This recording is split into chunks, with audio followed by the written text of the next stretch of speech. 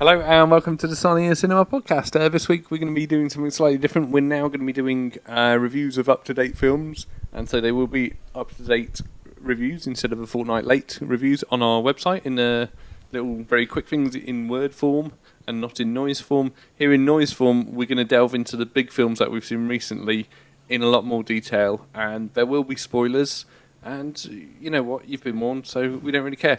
This week's film we're going to look at has to be Man of Steel. Man of Steel is Superman envisaged yet again, but this time by Zack Snyder and Christopher Nolan, who is acting as executive producer on this. The film tells the story of Kal-El obviously coming to Earth. He's essentially starts the film off walking around as a bum and then has to become Superman with various flashbacks at different points in his life. So, first of all, as a story, as a bit of cinema, a bit of 2 hours and a bit of fun, what did we think of it? I didn't think there was a whole lot of fun, if I'm honest with you. Not that Did you really? No, not a huge amount. Not that that's its biggest problem. I mean, I really wanted to love it. I did. I was really looking forward to going to see it. I'm a fan of Zack Snyder. I like his previous stuff he's done on Watchmen and you know and 300 and things like that he's done. I enjoy those films. The problem I had with Superman, there were two things mainly. One was that I found it quite boring. I didn't find it very exciting. It's not even that it's too long. I just felt a lot of the action scenes were quite boring. It ended up being a bit like Transformers to me. I know I said to Claire afterwards that it felt to me that you got him and Michael Shannon going at it, hell's bells, smashing each other into buildings, and you know that's not going to hurt them. We know that they're both super beings from another planet, so you can never win that battle. Something else is going to have to happen, you know, in order for that to happen. And then obviously they tried to add. I mean, Superman's a tough one anyway because of that. That's the problem with Superman. How do you deal with the man that can't be killed? You know, how do you make that perilous? And what they tend to do is they put that drama onto the humans that are surrounding him, and so that's what they did with this. But I wasn't that bothered by a lot of them, to be honest with you. And like I say, I thought the drama was good. I enjoyed the drama. I enjoyed the bits of comedy that were in there. You know, the backstory, the flashbacks, Kevin Costner, and all that. I thought they were well cast. Russell Crowe was basically Basil Exposition from Austin Powers. He was in it way too much. I really enjoyed the first 20 minutes on Krypton. I thought that was a really nice, new, fresh kind of approach to it to start it off again. Yeah. You know, that was. I watched that and I thought, this is what I wanted John Carter of Mars well, exactly, to be. Yeah. That's interesting. Yeah, and so I really liked that, and I was really up for it. And then he just kept coming back and explaining everything, and because I lost it at points with the little black thing they were putting in a hole and his memory stick and his memory stick basically, and the codex and all this. I felt they told you a lot first on, then just didn't talk about it until the end, and then brought it back again to explain what was going on. You know, so I didn't hate it. I didn't love it.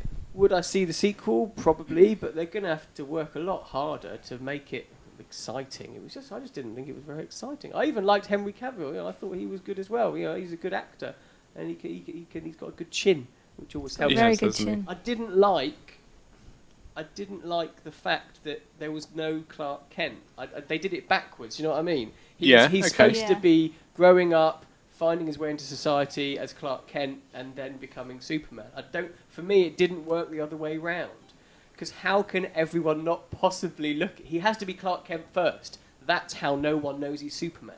Because how can Clark Kent possibly be Superman? Because he's Clark Kent. He's the total opposite. You can't go from being Superman. Everyone's seen his face on the telly. They all know who he is.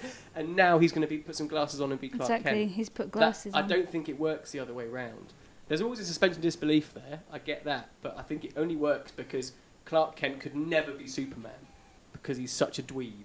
And so you just... but the point is, you don't even see him. He's just going around with his notepad. Hi, Lewis. Doing his stuff. But Superman transforming into Clark Kent just doesn't work for me. So I didn't like that at the end either. And Lois Lane knew he was Superman before he goes to work there. And that has just... When that happened, it just ruined that relationship for me. I mean, this film, for me, it just went through the motions of a superhero film. It didn't really have any of that, human-driven drama. I think because he's an alien anyway, we don't... I think the scene at the beginning, we did tend to have some emotion towards them, because obviously you saw the destruction of the planet. And you saw, even though it wasn't human, that you had some emotional attachment. But as the film went on, it just disintegrated into just this Man of Steel. And I completely agree with Russ. This film just did not. I got bored. I wanted more of the human element. For example, when he was at school and stuff. And I completely agree that going from Superman into Clark Kent didn't work because we did lose his human side. Even though throughout the whole film it was saying you're more Earth now. You know, you belong to Earth now because this is where you grew up. But very conflicted because this isn't. Before going into the film, I thought, I don't want this film to be like this. And I came out going, that's pretty much how I really didn't want the film to be like. So, I mean, with Nolan on board, one of my favourite directors, I had, my hopes were very, very high.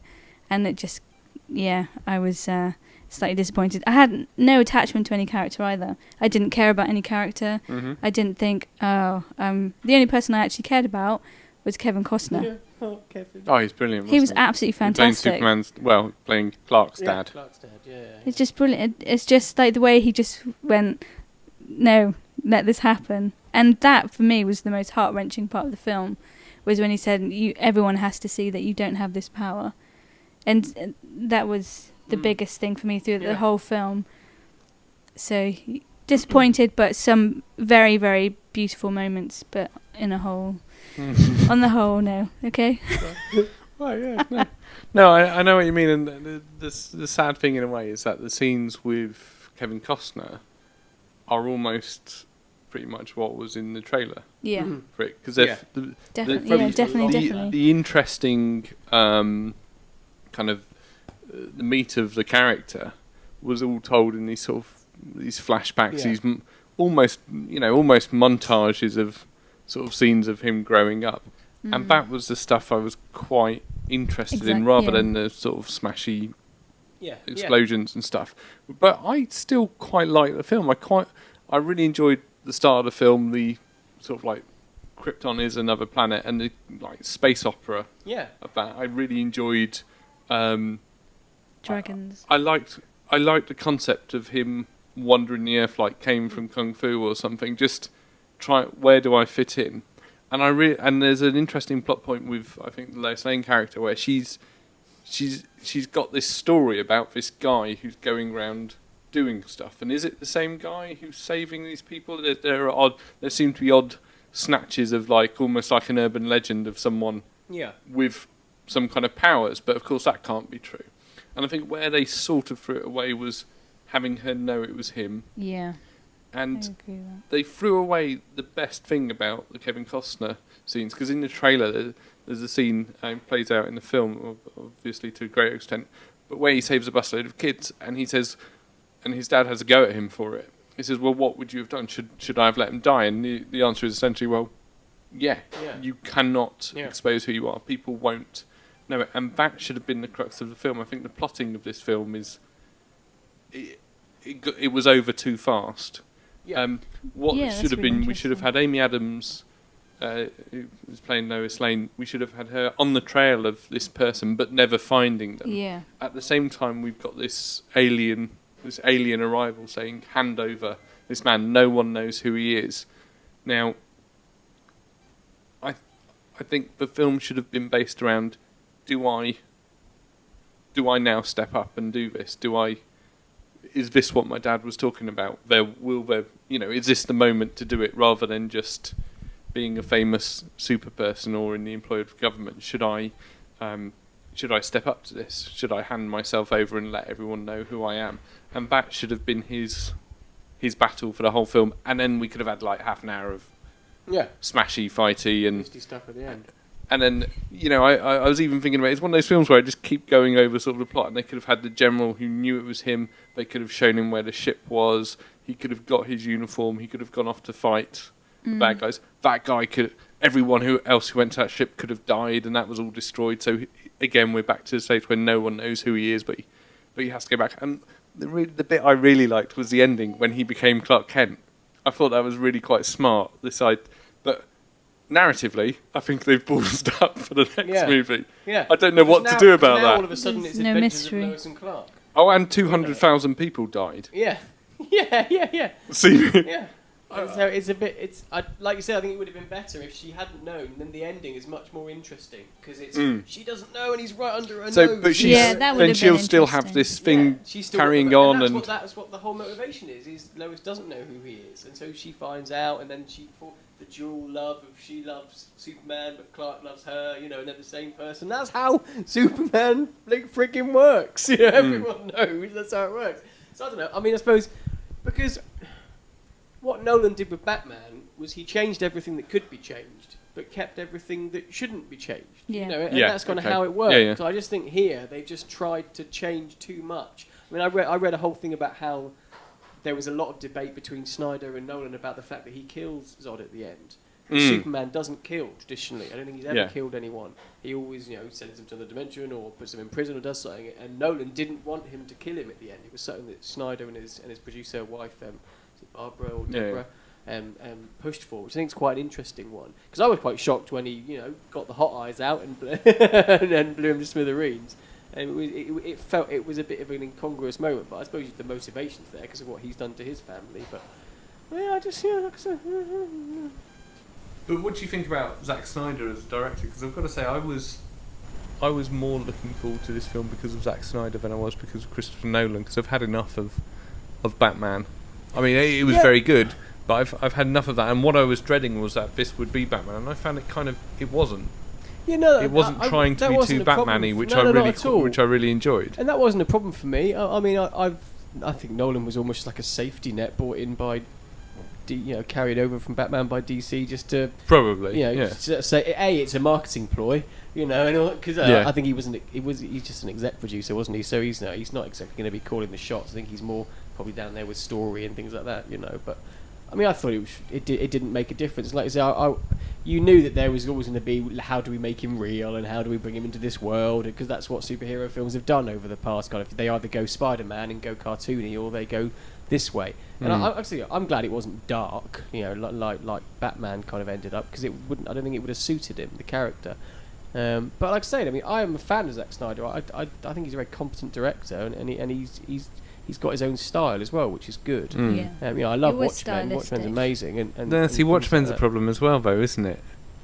Because Dr. Manhattan is Superman, of course. Yeah. And the reaction to Dr. Manhattan is that there's that great scene in Watchmen where he says, "Well, I didn't say the Superman was real. I said God was real." Yeah. And you should be really scared about that. Don't worry, that's normal. And I think that's part of the problem with going a bit darker with Superman is you start to stray into that kind of territory. And I know Superman's got the Jesus thing going in it as well, which I don't know if you spotted it, because they only sort of alluded to it about 1 billion times before having him sit in front of a big picture of Jesus. It's pretty heavy-handed. But I quite like that. I think that's a really interesting part of the story, because if you think, don't believe it at all, but the Jesus story is quite good. Yeah, it's quite an interesting sure. kind of mythic story, and to sort of tie it into that, I think was very good. And I know in the States, apparently, they had people advertising it in churches. Okay. They sent out sermons to mega churches and sort of advertising it all that way. But I don't know. See, now you're convincing me that I didn't like it when I sat there. And I enjoyed it. Needs to be rewatched again. I do think. I think it is one that needs another watch. I agree, Claire. Because I feel quite bad by saying, well, not bad necessarily, but maybe I didn't give it enough credit. Maybe I went in with too much expectation and wanting the next scene to be how the trailer perceived itself to be, and was waiting for some really clever stuff. And at the end of the day, as we said earlier, Superman's really difficult to do. And so maybe, if I have a second watch and knowing what the film pace and everything is going to be like, just fast forward the action bit at the end. Yeah, I say for me, the action was just too long. It's just it was huge. just like, how many times can we throw each other against a building? Because there's always going to be an end to it that's different to that. See, my brother's problem with that was he said, so he's just driven him through 50 buildings, and then he snaps his neck. Yeah. Well, this doesn't make any sense at all. And no, I think he's right. I think, but what do they do in the next film? Because I saw a review a week or so back, and they were discussing kind of just the magnitude of what happened in the film. So what's he supposed to do? get up to some hijinks with Lex Luthor. yeah. Something Yeah, about, that's the next thing that's going to Corporate happen. mentality. Stop bank robbers. Yeah. I know, you're right. Exactly. Or merge it with other superhero. Oh yeah, there is that, stuff. isn't there? Yeah, but I mean, I'm sure they'll come up with something. I mean, they've obviously done a good job, because what you've got 3 people sat here now. 2 people have said they didn't exactly like it, but would be willing to watch it again. Yeah. Right, and so they're doing all right, because we still paid our money to go and watch it. And they say would be willing to give it a second chance, because like I say, we didn't hate it, and they're working with a property that we really want to go and see and want to like. So, and that's despite the fact that I hate all the other Superman films. Yeah, you don't like them at all, do you? I think they're just I like awful. the first one. I think, like Christopher Reeve, he's just awful. It's Amdram, isn't it, though? but it's Amdram performances and that. Yeah, and it's this was pantomime. I felt this was trying to be very much not Christopher. If it was going to be something, it wasn't going to, and it especially wasn't going to be Superman Returns, which I tried to rewatch recently and got that. Yeah. Once they land the plane, you're just like, well, that's it. That's the best thing in the film. And then Spacey walks in with no hair, and you just go, no, not doing He's this. got skills. So, I mean, would you recommend it? It's a really good question. I mean, I don't know. If someone said to me, "Should I go and see it?" I'd be like, "Well, I didn't think it was great," but like I say, I'm really muddled by it, because that's the question. Would I recommend it to people? It depends. Well, no, it doesn't really, because like I say, if you hate Superman, you might love this, or if you love Superman, you might love this because you love that, or you might hate it because you love the old one. It is a really odd film. I'd say I'm still not quite sure how to take it, but I'm sure I will watch it again. Because Superman Returns, you're talking about that. I've seen that a couple of times and really love parts of it. I really do like parts of that film, but then his kid gets involved, and you'll be like, "Oh, that was a stupid decision." Oh, I hate it when children are in I just think films. they often try and find different ways Apart from The Shining. of doing it. There's a lot of talking about there's that pod in the ship when he goes back, and there was a pod that's open. There's the pods, like the stasis pods with the skeletons in, and there's a shot of one that's open, and people are already talking about who was in that pod and all this kind of stuff. And so you think Khan. It was probably Khan from Star Trek, or it could have been Supergirl. Now that would be a terrible thing to do. Super Kid. Super Kid. Yeah, I'd never say don't watch it, because like I said, I would watch it again, and so that it can't be half bad. It's always one of those where you have to say watch it and then give me a call afterwards. We'll have a chat and make up. See, that's it. It's a bit like I saw World War Z the other night, and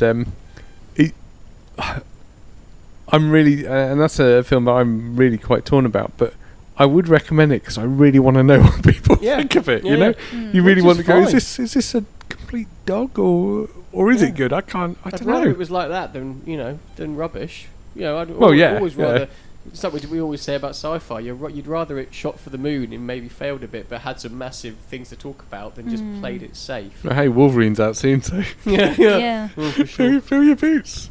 But talking of upcoming films, we just want to end on a positive note by saying Pacific Rim is out very soon. Isn't it a week after next? I think so. Oh my days. Early July.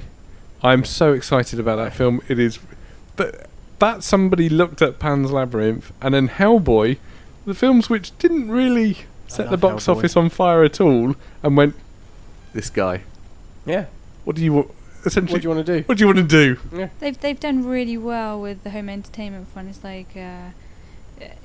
like the people have been buying the films and are still buying the films now with Hellboy and they get a lot of play. and Pan's Labyrinth. That was like a bit of a cult film that just really took up. Just so exploded. I'm really pleased that he's cut. Did he do Mama? He produced put it. his name to it. Yeah. See, I think those ones. Presents. I once saw Guillermo del Toro chat about this, and he said essentially what he does is he meets them at the producer's office. Just he'll meet him just outside. He'll walk in with him and go, "Yeah, this guy," and then he just leaves them to it because he said he'd hate somebody.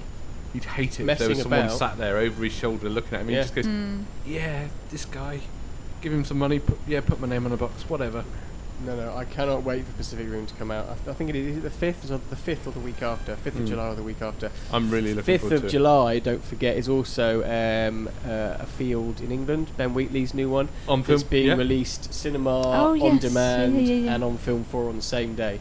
So there's no excuse not to watch that. See, I love Kill List. I wasn't really taken with Sightseers. No, Sightseers was great. Is funny. Very funny. Dark. Great soundtrack. Poppy. But I'm really looking forward to a field in England. Yeah. And this weekend, it's The Purge. The Purge. Damn straight. I'm worried I might have to miss it because I'm not in Guernsey, but I think you have to Guernsey. That's going to be great as well. It looks like a right little good movie. It looks like it'll be horrid. Yeah. Which in is a good brilliant. way. Yeah, in a very good way. Yeah. It reminds me, because I saw a trailer for something called With the animal masks. Who's Next? Yeah. With the Which You're Next. seems to be a similar thing. There's Yeah. a family in a house and there's people outside looking through the windows and then disappearing. Oh, it's going to be so horrible. Anyway, thank you very much for listening. That was our Superman dissection. Next time, might have to look at The Purge or whatever we've all seen and have a good old chat about it. Remember to like us on the Facebook page. Don't like the Marlins page, that's terrible. Like us. No, do it. Like all of us. And we'll see you next time. Bye-bye. Bye.